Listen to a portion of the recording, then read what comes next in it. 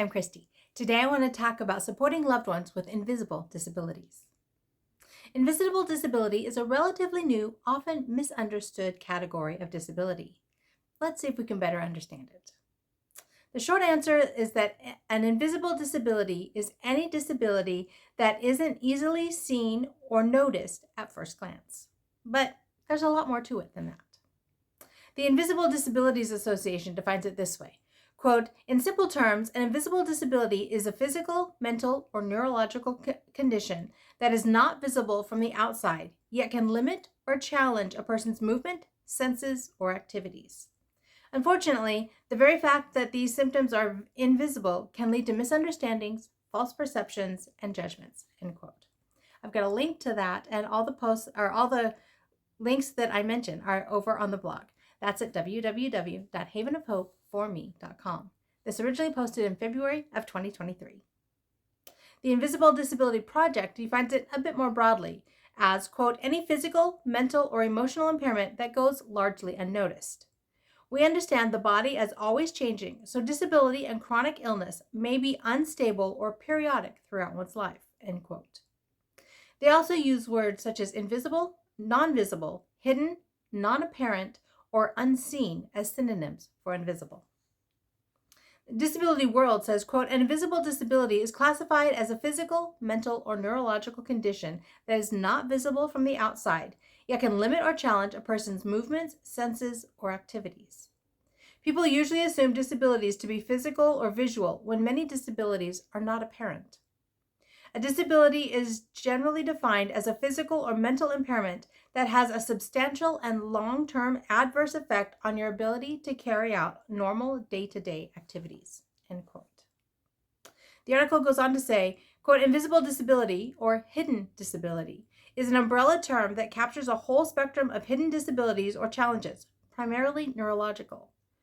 Invisible disabilities or hidden disabilities are defined as disabilities that are not immediately apparent. Some people with visual or auditory disabilities who do not wear glasses or hearing aids or discrete hearing aids may not be obviously disabled. Some people who have vision loss may wear contacts, end quote. The Invisibility Disability Project lists the following disabilities as in their basic definition. Quote, cognitive impairment and brain injury, the autism spectrum, chronic illnesses like multiple sclerosis, chronic fatigue, chronic pain, and fibromyalgia, deaf and or hard of hearing, blindness and or low vision, anxiety, depression, PTSD, and many more, end quote. Disabled World provides this list of examples of invisible disabilities. Quote, invisible disabilities can include chronic illnesses such as renal failure, diabetes, and sleep disorders if these diseases significantly impair normal activities of daily living. For example, people with visual or auditory impairments do not wear hearing aids or eyeglasses, so they may not seem impaired. Those with joint conditions or problems who suffer chronic pain may not use any mobility aids on good days, end quote. They go on to specifically include chronic pain, chronic fatigue, mental illness, and chronic dizziness. And then they have a long linked list of other potentially invisible disabilities. One important note. Many people living with a hidden disability or mental challenge can still be active in their hobbies, work, and be active in sports. That's a quote, I believe, from Disability World. Or, as the Invisible Disabilities Association puts it, quote, the term we define invisible disability refers to symptoms such as debilitating pain, fatigue, dizziness, cognitive dysfunctions, brain injuries, learning differences, and mental health disorders, as well as hearing and vision impairments. These are not always obvious to the onlooker, but can sometimes or always limit daily activities, range from mild challenges to severe limitation, and vary from person to person.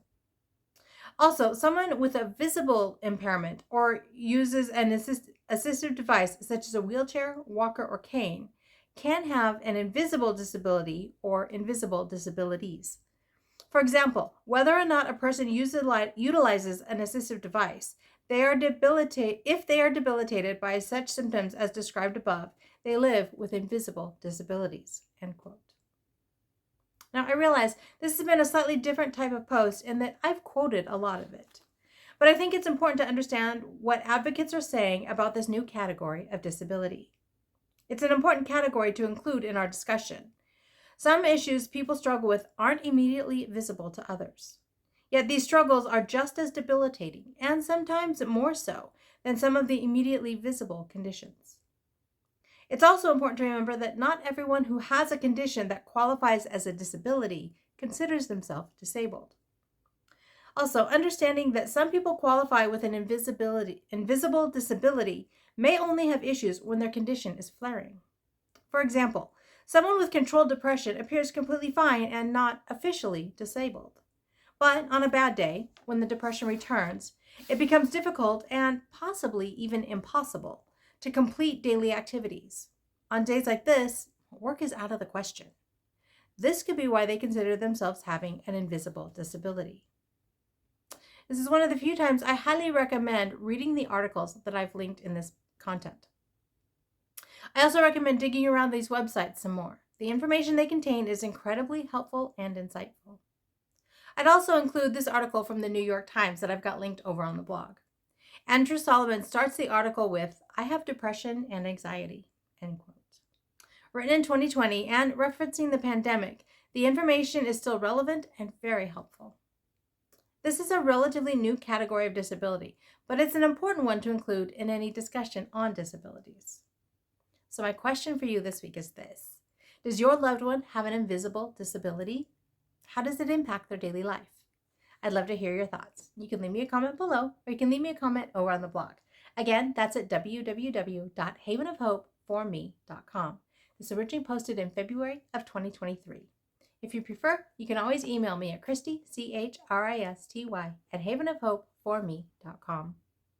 I'm continuing to broaden my understanding of disabilities, visible or invisible, so that I can continue to say that life is good and there is never a dull moment.